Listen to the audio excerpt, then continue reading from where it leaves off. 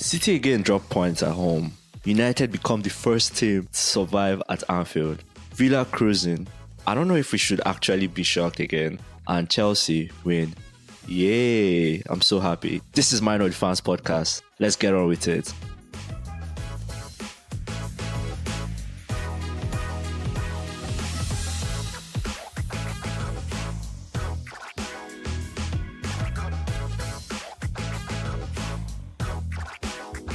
Hello everyone, welcome to My Not Fans podcast.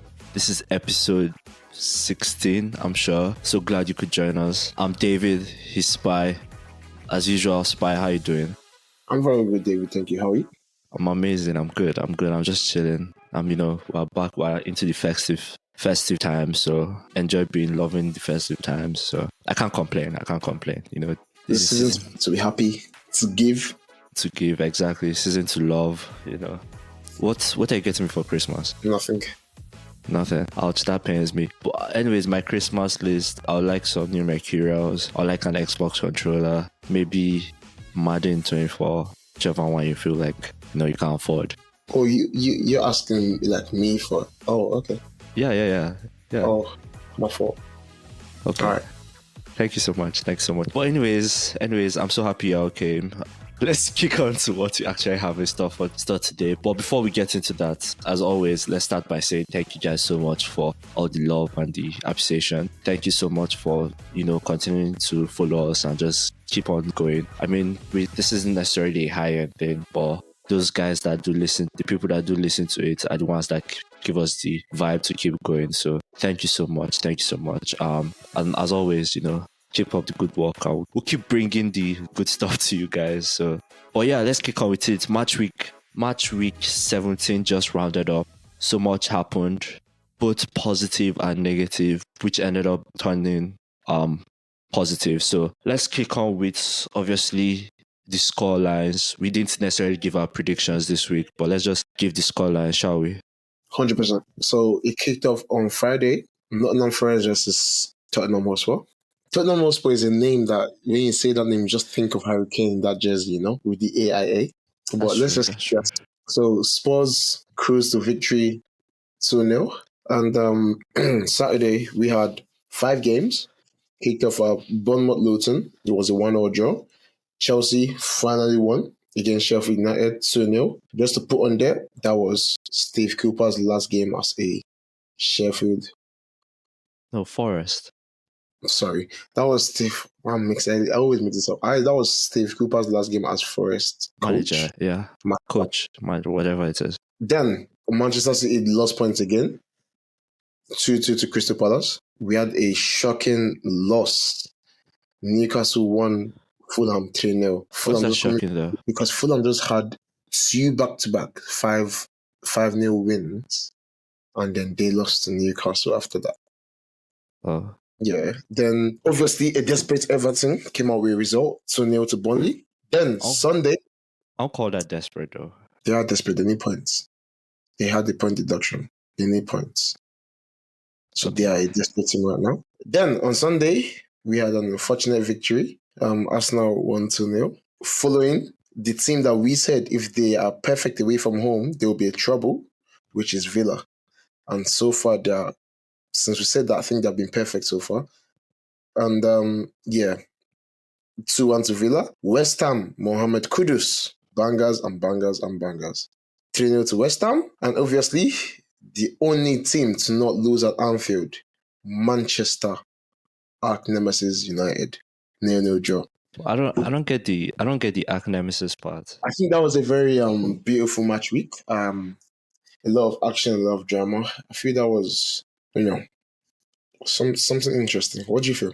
Yeah, I mean, obviously we have to start with Bournemouth Luton, because that game was suspended. I mean, it was 1-1 before the 65th minute where it was suspended. Tom Lurkey, his name, I think that's his name, obviously suffered a cardiac arrest. But we thank God because now he's responsive, and I think he's making the full treatment towards coming back better. But obviously this is the second time he suffered it. He suffered it in May during their EFL playoff championship game.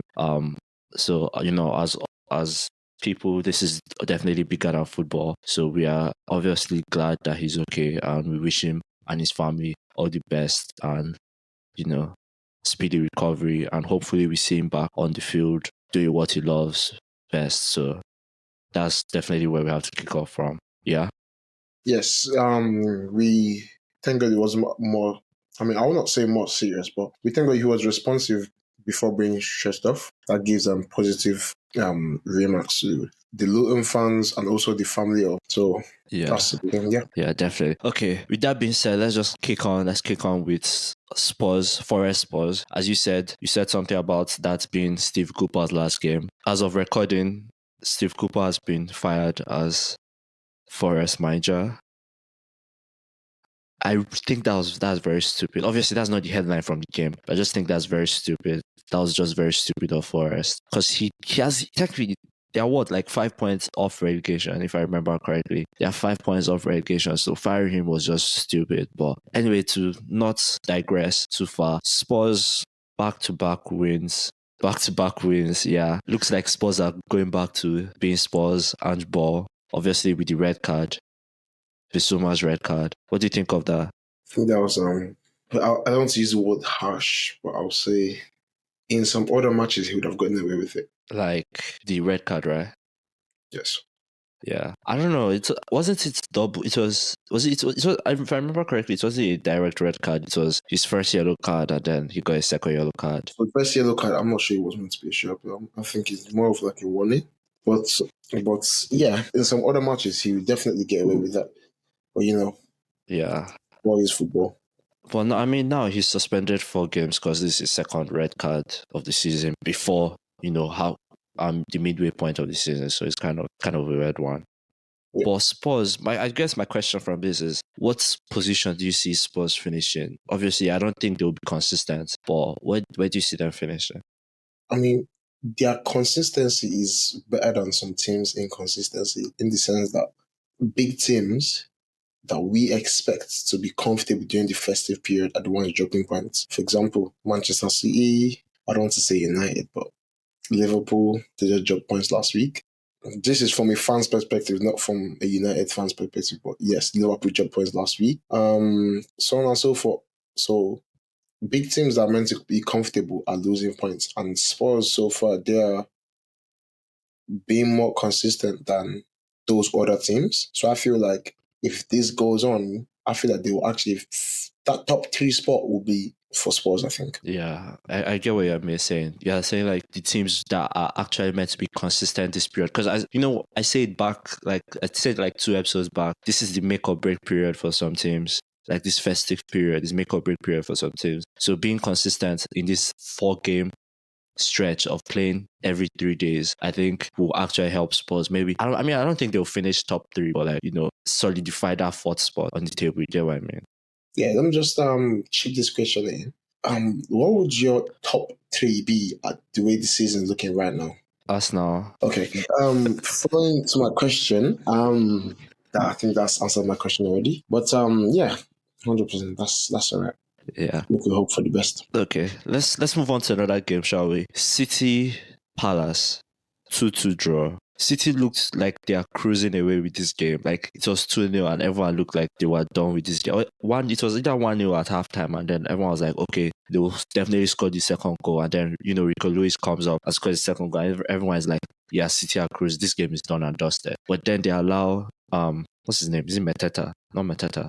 I don't remember what his name is, but they allow him score, bring it back 2-1. Then Phil Foden concedes. Mateta, right? I believe that player single-handedly gave Pep Guardiola's team hell.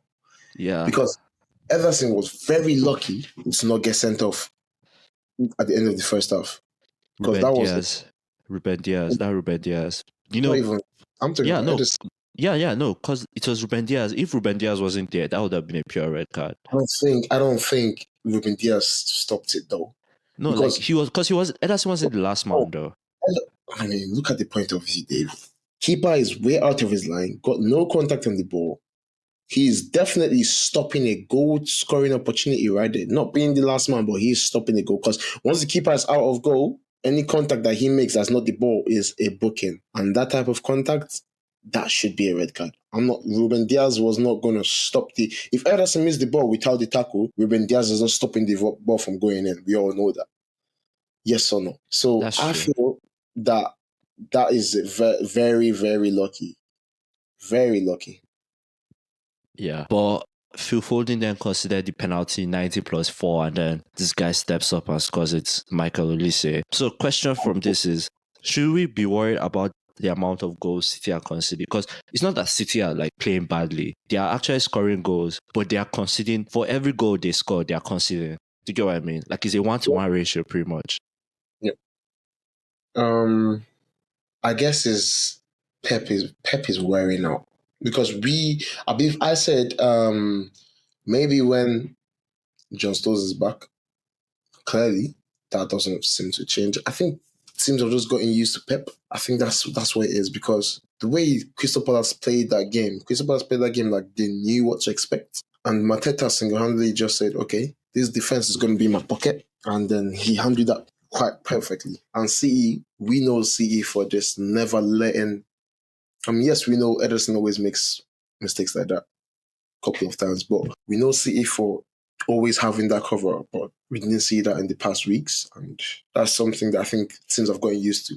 Because Pep's football is the same thing. It's that point that's becoming boring. They're going to keep the ball for 90 minutes, create chances, this and that. It's becoming boring. I think all the teams know how to do it now. And obviously, again, while recording this, City are currently playing in the FIFA Club World Cup, and De Bruyne is back. Good news for them. And bad news for us now. Carry on. But with De Bruyne coming back now, do you see any improvements? Because obviously everyone is like, oh, they don't have De Bruyne, they don't have Haaland isn't playing, this, that, whatever I want to say. With all these pieces coming back, probably as early as the new year, do you think that changes it? Because as you see, City are complacent right now. Like they are playing too complacently right now. I don't even think that's correct English, but we roll with it. They are playing too complacently right now. Do you think that will improve when they have all these guys back? I don't really think Kelvin De Bruyne is going to give City... I mean, the best way to defend is by attacking. That's what Liverpool is doing right now. So I think in that sense, then they'll be comfortable. But in the sense that Kevin De Bruyne has been absent, City are still scoring goals. But one man has been very quiet since De Bruyne is absent, which is Erling. So I feel the more goals you score, the more difficult it is for teams to come back. So I think maybe it could be a problem for Arsenal, definitely, but not for more teams. You see, the fact that you keep calling Arsenal, I feel like you love us so much. Like you should just become an Arsenal fan. Yeah. Like you just keep saying Arsenal like subtly. I don't know much football. Okay. But obviously, credit to Palace. Again, Mateta, absolutely. I think he knew when to turn up big time. Credit to Palace, saved a huge point. And, when I look at it, I'm like, oh, this guy's, it's just a point. But that's a huge point for Palace. And I have one question. I heard this somewhere, and I want to ask you, I want to hear what you think. Palace, right? When you look at Palace, you look at, okay, Brighton, Brentford, Villa. Look at all these guys. They kind of came up in the same time. Like, in terms of, like, promotion into the Premier League. I think even Palace came before most of those guys. But like when you look at them, why isn't, because you think Palace is meant to be on that level with those teams? What is hindering them from being on that level? Budget. Okay. I think that's a simple term, budget, because without budget, you cannot really do much of a thing. And in the sense that Villa, I would not say Villa have that expansive budget, but they have very good scouts. They brought Watkins, and this is why you have to date back to Mourinho. Mourinho said something about investments from the past. Oli Watkins was an investment from the past. Over 2-3 seasons, investment from the past. Patient with him. And just like that, you build your team. Just like that. But Palace, I think the time that Palace were a bit comfortable, you had players like Benteke, you had Zaha, you had Milinkovic? Yeah, yeah. He's free kick specialist he was back in the day. Yeah, Townsend. Yeah, those people that offensively, they even gave City hell. I remember that famous Townsend goal. They gave big hell. But Zaha has gone. Benteke, I don't know if he's still alive. And Townsend, I think he's chasing a new career. And No. Townsend is in Luton. Benteke is in the MLS. I'm saying he's chasing a new career. So Benteke, he's gone somewhere. Milinkovic, definitely, I think he was their captain but I don't think he's still the captain now. But he was a captain, I think, a season ago or 2 seasons ago. And Yeah. so at the end of the day, when your investment and Palace, that just that team known for survivor battles, that I enjoy knowing that at the end of the season, Palace are going to sack a manager and bring the almighty Roy Hodgson in to save them. I think that's just what he does for a living. Saves teams from getting relegated. And I love it. It brings good football for us to watch. But in terms of them going to challenge for European football, I think they need to give them at least 100 million to do that. Yeah, because even when you look at Brighton, their scouting and things like that have been impeccable. Brentford, the same thing. And they don't necessarily have that big budget, maybe just like 50 mil or something like that. And they still make good use of it. And that's why you see them challenging in Europe and stuff, challenging for Europa and Conference League and all that good stuff. But anyways, yeah. Anyways, let's move on to another good one. Actually, let's move on to the big one of the weekend. Liverpool and the club you hold close to your heart, Manchester United. Not close to my heart, in my heart. Okay, yeah. I have to say I'm proud of United, though. I was watching the game and I was proud of United. I have to say proud of yourself. We don't want you proud. If you can reverse Diego Dallo's red card, then we will accept you proud. I mean, that's a gray area, though. That's a thin line. That's a thin. To be honest, that's a thin line. I feel the ref was in his feelings, but then it was also justifiable.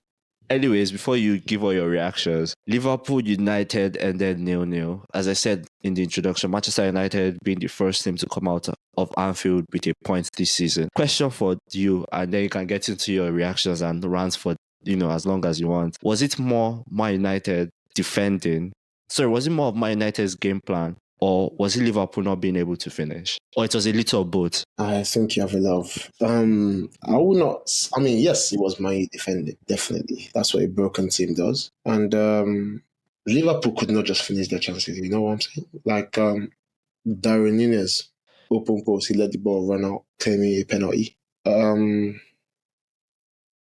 I feel United. I would not say that's basic United football, but that's law of the United play, counter-attack, which we could have succeeded in if Højlund took that chance or so on and so forth. Garnacho, that beautiful pass from Koulibaly. If Garnacho had more physical abilities, he would have, yes, put that chance through. But it is what it is. A broken club has one thing to do, and that's what we did to our very best. Yeah, I agree to that. I feel it's a little bit of both. I feel Liverpool could not finish, but I also feel United's defending was very disciplined. That's a better way to say it. I feel like Garnacho and Anthony defended when they should.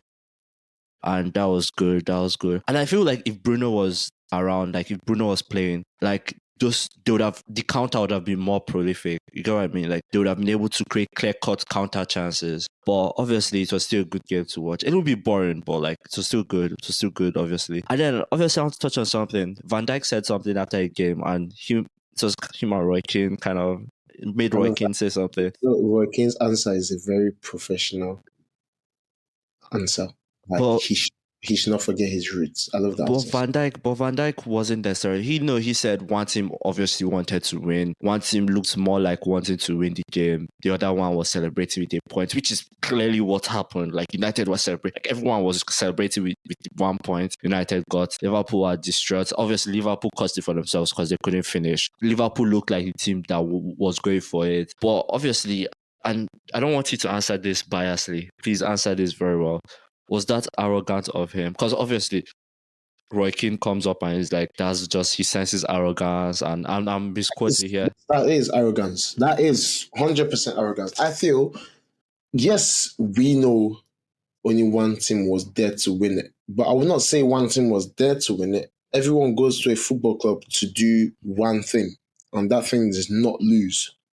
That's so true. If we're coming to your home pitch and we are taking a point from your home pitch, I think we should be content. But for a broken team, I think that's more than perfect for a broken team. Put in your mind, back in the day when Liverpool come to Old Trafford, back in the day of Wayne Rooney, so on and so forth, when they're coming, they're expecting one thing, to go back home on a crying train or a crying bus. That was law. But now that your team is all comfortable, your team has been rebuilt by Jurgen Klopp, Now you got all the mouth in the world. That is a whole lot of arrogance. From your performance last season as well. You're one of the, they could use the word one season wonder last season on you. And you're coming here to tell us about one team we're here to win. I'm sorry, but Onana did not feel any pressure at Anfield. How about you change it? That wasn't arrogant of him too. Nope, no pressure was felt at all. That was not Okay. arrogant. That's Because fair. we, as the fans, we said it that this is the most quiet we've ever seen Anfield. Why? Because Onana made them. That's I guess. I say it's a good point for United. United obviously knocked out of the Champions League, but still look good in the league. Like there's no doubt about it. One way or the other, they know when to get the results, and that's a good thing. So, anyways, let's move on. Brentford Villa. Villa came back from a goal down to win 2-1. My question is, should we expect them to fall, or should we actually start calling this season a 4-horse race for the title? Villa is not going to fall. Without any injury crisis, they are more than a comfortable team right now. That's what I'm going to put there. And I honestly think City are going to drop more points. You think City are going to drop more points? 100%. So technically, from what you're saying, this is your top four: Arsenal, Liverpool, Villa. No, that's just based on what we are seeing right now. Okay. Based on what we're seeing right now, okay. Arsenal, Liverpool, Villa, and then Man City. Oh no, Man City isn't even your top four. Man City is a bit shaky in my top four right now, but I think I'll give my final take or additions and subtractions after the festive period. I think that's what I'll give my, because right now we need to see how the double, how we say treble fatigue. There's also a festive fatigue. It's overlooked at, but there is a festive fatigue. When you play that double game week in, week out, it's going to do your leg. Plus the Christmas celebrations, it's going to do you. You get what I mean? So we'll see how that goes. Yeah, because they're playing. We have the game week starting Thursday, finishing I think Saturday, and then they play Tuesday, and then they play after. Like it's just it's crazy. But let's move on. Arsenal Brighton 2-0 win for Arsenal. For a minute it was comfortable. Arsenal couldn't finish. Oh my god! Like 20-something chances that Arsenal couldn't finish. But Brighton were not just there, so they didn't punish us. 20-something is a stretch, but carry on. But yeah, so Kai Havertz scoring again. And but my question is, what should we expect from Brighton? Because I really don't know what to expect. To be honest, I don't know what to expect from Brighton. I think the question is, what should we expect from Arsenal? It's not a matter of I think it's a matter of a team that cannot finish chances cannot be in the top four. I'm sorry, unfortunately. But all doers. So Brighton, what can we say? We said this before, European football, but I don't feel like that's an excuse. They got the replacements for the European football. I think teams are just falling off. That's what I think. Brighton is just falling off. I think so, because a lot of teams this season have just been falling off, and I think Brighton is one of them. Okay. We'll touch on some few things. We won't spend so much time on there. Chelsea won 2-0. Chelsea, who did Chelsea play? Who did they even play? Who they play? Chelsea, they played Sheffield. Oh yeah, Sheffield, yeah. And Chelsea won 2-0. I think this was the first time they won a home game and kept clean sheet this season. I can't remember if that's true, but yeah, kudos to Chelsea. Hopefully these are up and up for them. They beat Newcastle today in the EFL Cup quarterfinals, so they're headed for the semis. Anything to add on Chelsea? Their performance from this today game that I just watched against Newcastle in the EFL Cup, they're very. I think I should put the word lucky team. Yeah, because if Trippier hadn't done what he had done, I don't think they would have won that game. And Trippier, wow, 2 mistakes. First against Everton, now against Newcastle. Chelsea. Against Chelsea, you mean? Chelsea, yes. That's what I mean. Okay. Yeah, he's what it is. Actually, 2 against Chelsea. One was during the game to give Modric the goal, and penalty kickoff as well. Penalty kick, yeah, it is. Anyways, Burnley Everton are on I think 4-game win streak, and in those 4 games they have not conceded a goal. winning it without conceding a goal. How impressive is that? It's so impressive because I decided to put Pickford in 2 weeks ago, and he's giving me my due diligence. So I'm loving this. Okay, so yeah, obviously you're happy. I see you're happy.